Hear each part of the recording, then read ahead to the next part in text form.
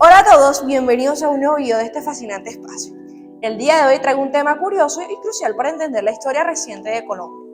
Prepárense para descubrir los fundamentos ideológicos de la guerrilla de los años 60 y 70, el por qué surgieron, la importancia de combates en Marquetalia y Anorí. También exploraremos la incidencia de figuras claves como Pedro León Arboleda y Pedro Vázquez. Comencemos. En los años 60 y 70, Colombia vio el surgimiento de varios grupos guerrilleros, cada uno con su propia ideología y métodos. Así que vamos a conocerlos más a fondo. Iniciaremos con la FARC. Las Fuerzas Armadas Revolucionarias de Colombia nacieron en 1964. Sus fundamentos ideológicos se basaban en el marxismo-leninismo.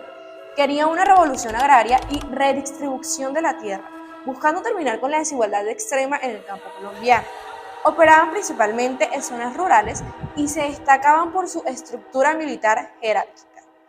Su táctica principal era la guerra de guerrillas, basada en la movilidad y el apoyo de la población campesina. Continuaremos con el ELN, el Ejército de Liberación Nacional. Este grupo también se fundó en 1964. Inspirados en la Revolución Cubana y el Che Guevara, combinaban el marxismo con la teología de la liberación, que enfatizaba la justicia social desde una perspectiva cristiana.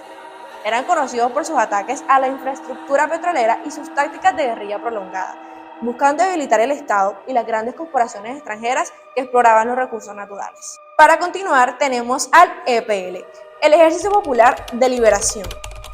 Apareció en 1977, influenciado por el maoísmo.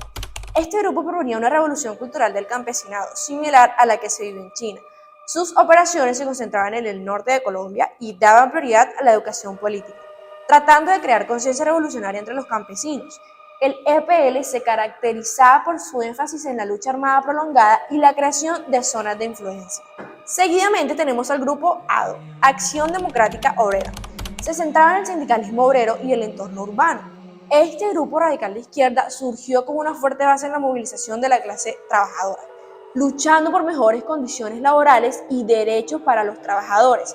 Su enfoque estaba más en la lucha urbana y en la organización de huelgas y manifestaciones. Finalmente llegamos al movimiento 19 de abril, más conocido como el M19.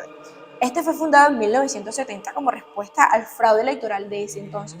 Su ideología era nacionalista y populista, buscando una democracia real y participativa. Se destacaron por sus acciones espectaculares y propagandísticas, como el robo de la espada de Bolívar y la toma del Palacio de Justicia. Esto con la intención de llamar la atención del público y deslegitimizar al gobierno. Bueno, pero la pregunta es, ¿por qué surgieron estos grupos en los campos de Colombia durante los años 60 y 70? La respuesta es clara, y es que está en la gran desigualdad social y económica que sufría el país. La falta de acceso a la tierra, la represión estatal y la exclusión política llevaron a muchos campesinos a ver la lucha armada como la única solución. En ese tiempo, Colombia estaba marcada por la concentración de la tierra en manos de unos pocos y el abandono estatal en las zonas rurales. Además, la Revolución Cubana inspiró a jóvenes colombianos a buscar una transformación radical, viendo en la lucha armada un medio para lograr la justicia social. Esta combinación de factores creó un terreno fértil para la aparición de movimientos guerrilleros que buscaban cambiar el sistema desde sus raíces. Muchos campesinos, hartos de la explotación y la pobreza, encontraron en estas guerrillas una esperanza de cambio. Ahora hablemos de dos combates claves, Marquetalia y Anorí. Estos enfrentamientos marcaron un antes y un después en la historia de las guerrillas colombianas. Nos vamos a 1974 en Marquetalia, lo que se conoce como el inicio oficial de la FARC. El asalto a Marquetalia simbolizó la resistencia campesina contra el Estado y consolidó la idea de una lucha armada prolongada. Marquetalia era una de las repúblicas independientes donde los campesinos se organizaban y resistían. La operación del ejército colombiano en Marquetalia buscaba eliminar esta zona insurgente, pero terminó dando más cohesión y justificación a la lucha guerrillera. Ahora nos vamos a 1973 en Anorí. Este combate fue crucial para el ELN.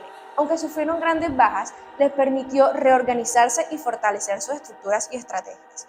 La batalla de Anorí demostró la capacidad del ELN para resistir y adaptarse, y aunque fue un golpe duro, también reafirmó su compromiso con la lucha armada y su resistencia contra las fuerzas del Estado. Finalmente vamos a hablar de dos figuras importantes, Pedro León Arboleda y Pedro Vázquez. Iniciamos con Pedro León Arboleda. Este fue un campesino fundamental para la FARC. Su enfoque en la organización comunitaria y la resistencia armada inspiró a muchos campesinos a unirse a la lucha. Arboleda fue clave en la articulación de las ideas del Partido Comunista con las necesidades y aspiraciones del campesinado, convirtiéndose así en un puente entre la teoría marxista y la realidad rural colombiana. Seguimos con Pedro Vázquez. Conocido por su capacidad organizativa, fue clave en el establecimiento de la guerrilla urbana.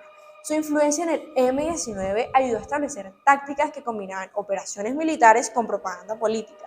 Vázquez fue un instrumental en las acciones urbanas del M-19, utilizando métodos innovadores para atraer la atención pública y desafiar al Estado de manera directa y simbólica.